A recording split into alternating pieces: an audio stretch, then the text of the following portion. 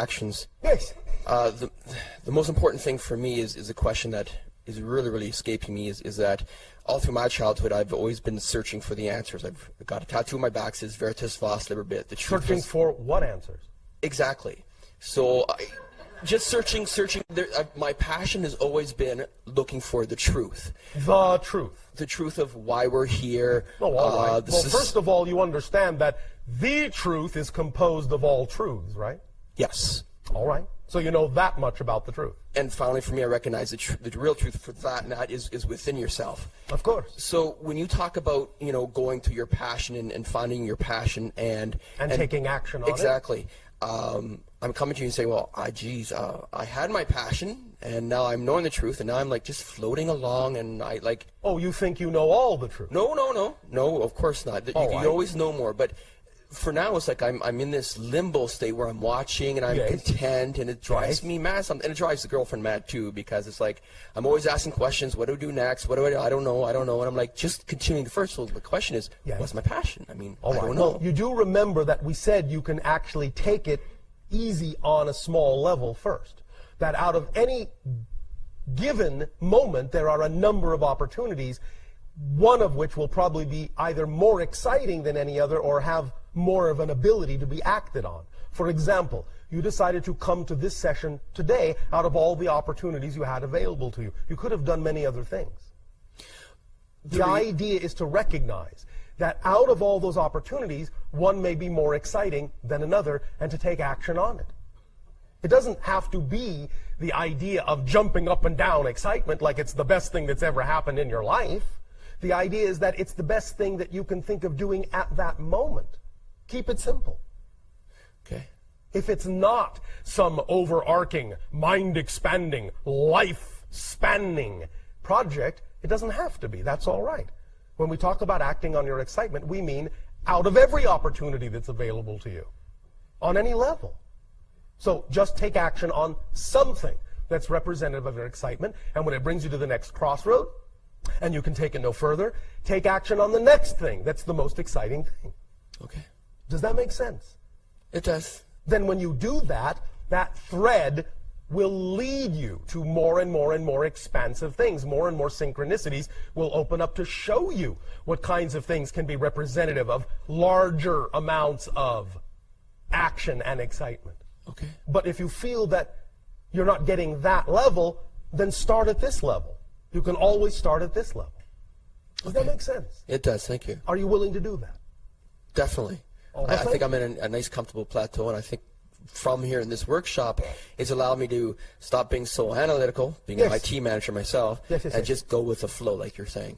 It's a very hard thing, so I appreciate that. Thank you. All right, now remember, it only seems hard because of belief systems within you that say it is. Correct. So find out what those beliefs are, because they're not absolute truths. They're just temporary constructions. Deconstruct them. All right? Thank you. Does that help? It does. Thank you. Thank you.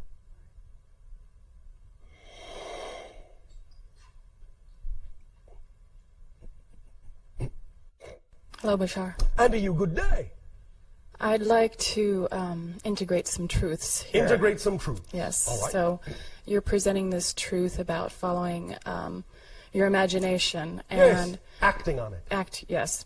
And there's an idea that we live in a dualistic reality here where everything, there is polarity, yes. And where everything turns into its opposite. And well, not automatically. Not in terms of your experience of it. Everything exists in a polarized potential state. That doesn't mean the manifestation has to become one or the other once it's one thing or the other.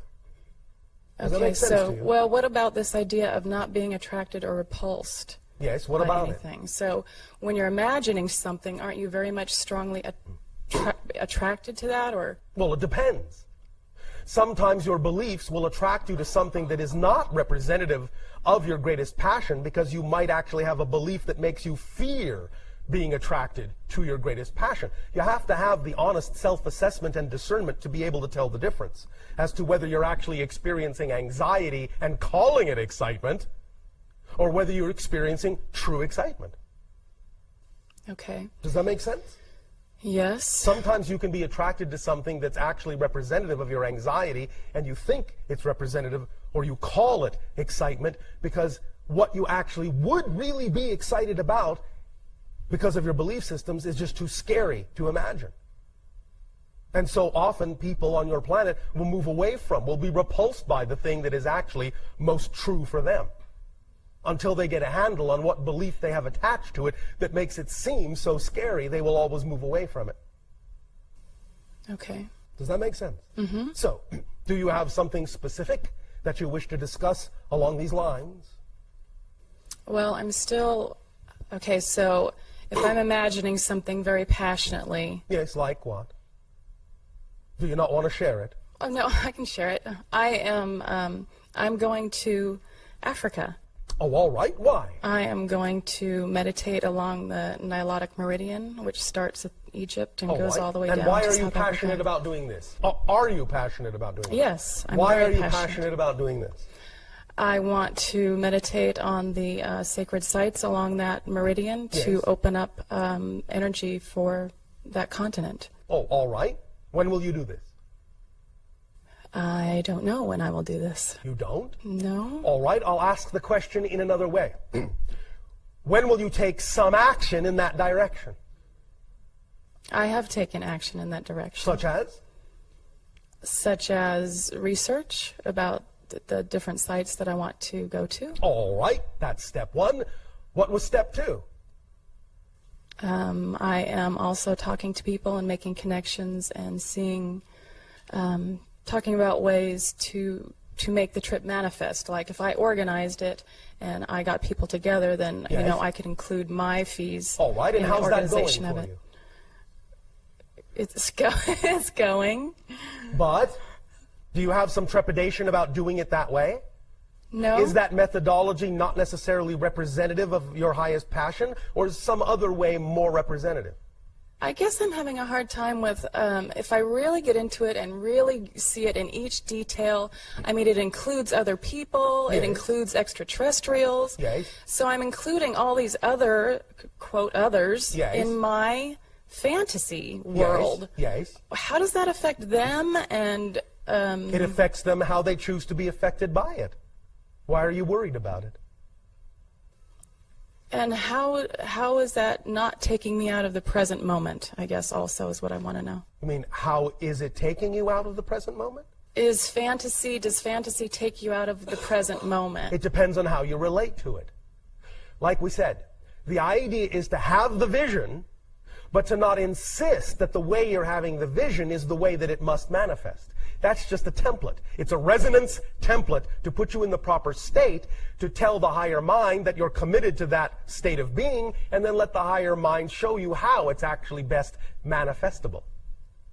So I can envision, like my friend said she's interested in participating. You can envision anything you want that you believe is representative of the idealized picture, because then the component is there that allows you to feel the picture is complete.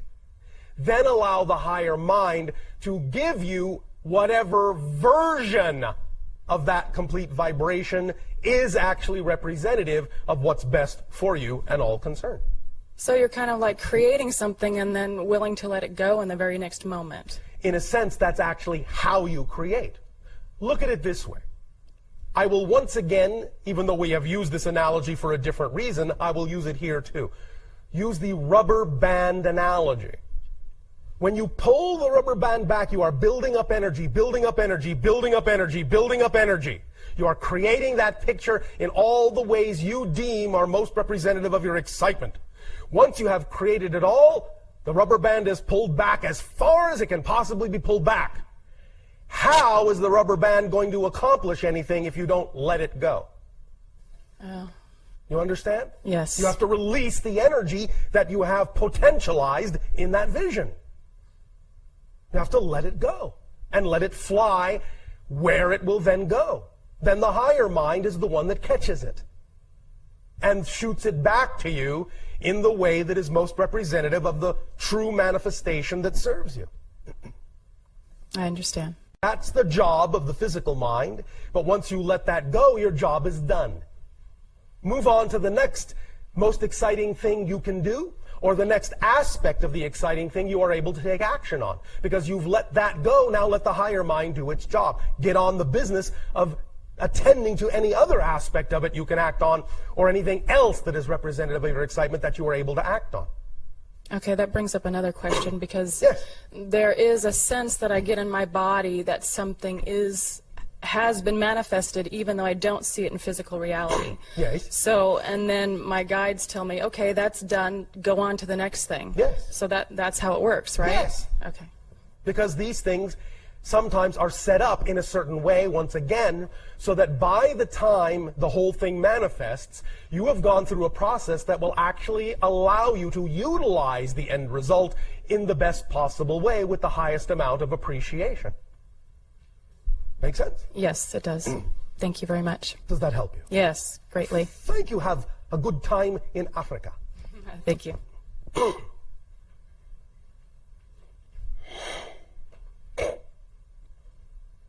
Hello, Bashar. And a you good day. I wanted to do a bit of sharing, A bit of sharing. and then I also had a question. Yes. So I just wanted to share how I've been acting more spontaneously Yes. on my joy and my passion. Thank you. And the things that have happened in my life recently. All right. Go right ahead. And basically, yeah, I mean, I've been listening to you for a while, for about 8 years, and I've been, applying your message more and more and more in my life. And I feel that recently, especially, my life has become very, very spontaneous. All right. Where something might happen, and then my life gets to the point where, like, a week from now, I don't even know what my life is going to be like at all. All right. Neither do I. Right, and that's great. I mean, I really enjoy this. I mean, for example, I have a steady job and like a condo and so forth, and like responsibilities. Yes. But I don't really take them seriously anymore, in a good sense. I understand. Yeah, and If I thought you were taking them in a negative sense, I would have said something. yeah, and for example, I registered for a 4-year program at the Fort Lauderdale Art Institute. Yes. Spontaneously. All so right. I did it, and then I called my family, and I was like, I'm doing this 4-year program. Yes. And they were like, I don't know about this. I don't think this is a good idea. All right. I said, no, don't worry, it's fine. But then 2 weeks later, I wasn't excited about it anymore. All right. So I withdrew. Yes. And that's fine. Because Yes. the whole point of me was registering, and then it didn't Yes. matter if I actually went or not. That's why we say very often the things that excite you the most really don't necessarily have to come to fruition. Very often, because of the way many of you have structured your minds, you simply will create something to excite you just to get you to move in the direction you need to move in. It acts as a carrot, just to get you off the stick. And sometimes that's all that's necessary. Some of the things that excite you are not necessary to come to fruition. They just excite you to get you to move, because that's what's important at that point. So thank you for your recognition of that mechanism. Right, and that's what I've been doing. And I told them, no, it's fine. Yes. Don't worry about it. And then, like it happened 2 weeks later, I withdrew because it wasn't exciting me anymore. Yes.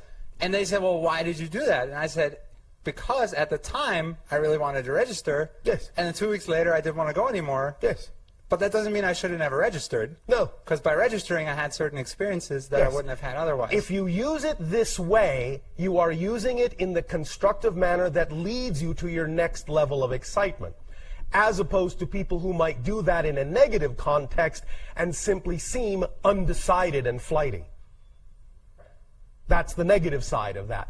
But if you understand the mechanism and you use the mechanism consciously, then you are going about it in the way that will actually lead you to the next most exciting thing. Yes. Yeah. So, and it's funny. I mean, of course, synchronicity again. But I think this morning, actually, my mom sort of reached a breaking point. A breaking point with what? Where she's like, this is it. Like, she's like, lady, you've been so spontaneous that Yes. it's like freaking her out. And Oh, she's I like, see. I think. I Well, don't know, many I just- people on your planet are, as you say, freaked out by spontaneity. She's like, yes. I don't think I can handle this anymore. And she's like, this is it. Like, don't do this, right? Okay. What is it that she feels she needs to handle? Well, no. Okay. So this is the question I wanted to ask. Guys? Basically, 2 days ago, Yes. there was a new thing. This is totally unexpected. It just came into my life. Yes. And I was like, I have to go to Switzerland. Yes. On Friday. Yes. Like, I have to. And no, just like 4 days. Yes. Right? And I said, don't worry about it. It's fine. I just have to go. Yes. And she's like, you cannot go on Friday. You just cannot go. I will kill you. And so I was I like, suppose that might prevent you from right, going. yeah. And so she's like, go, in like a month. Oh, by the way, killing you would have been an act of spontaneity on her part. Yeah, I mean, so she's like, no, go in a month. Go in a month, because right now we're doing a lot of stuff with our company, like our new website and whatever. Yes. And she's like, we have to finish this before you go. And so after talking to her, somehow my excitement shifted to go instead of next Friday in 2 weeks. Yes.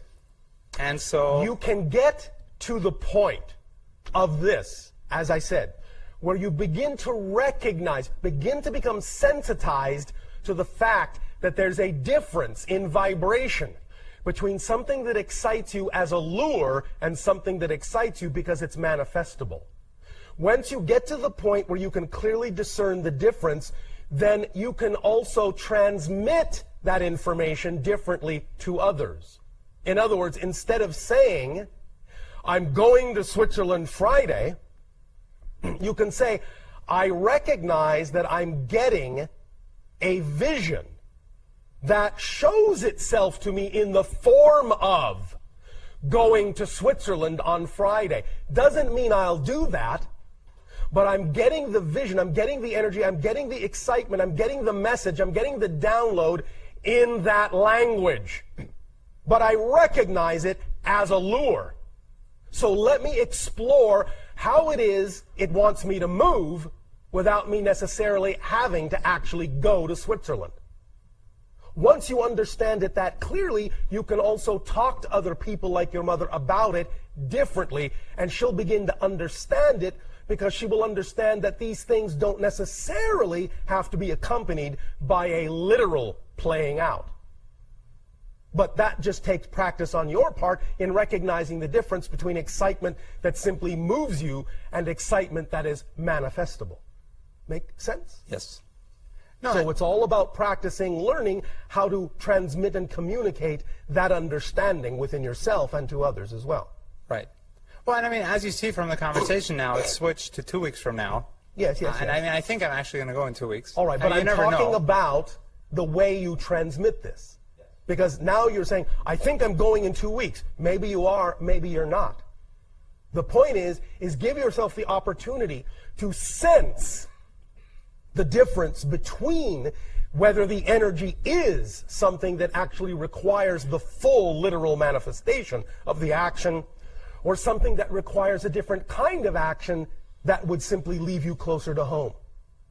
Find out if you can tell the difference. Practice telling the difference ahead of time so that when you communicate it to others, you can actually give them an accurate assessment of what it really represents. You can say, I have the feeling that I am going to go to Switzerland. That I am going to Switzerland. I have that feeling. I don't know whether that means I'm actually going, but I have that feeling.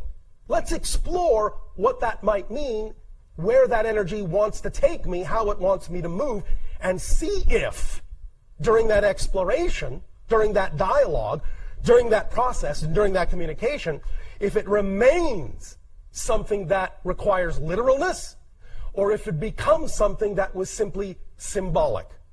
And I can satisfy that excitement in a different way. And there you can open up a dialogue with your mother that is exploratory and reinforcing rather than confrontive. Yeah. You follow me? Yeah, that might be less shocking. Yes. Yeah. And it might be more helpful for you to be able to tell the difference as well. Yeah, no, that's true. That's a good point. Well, thank you. So, thank you, Bashar. Does that help you? Yes. Thank you. Thank you.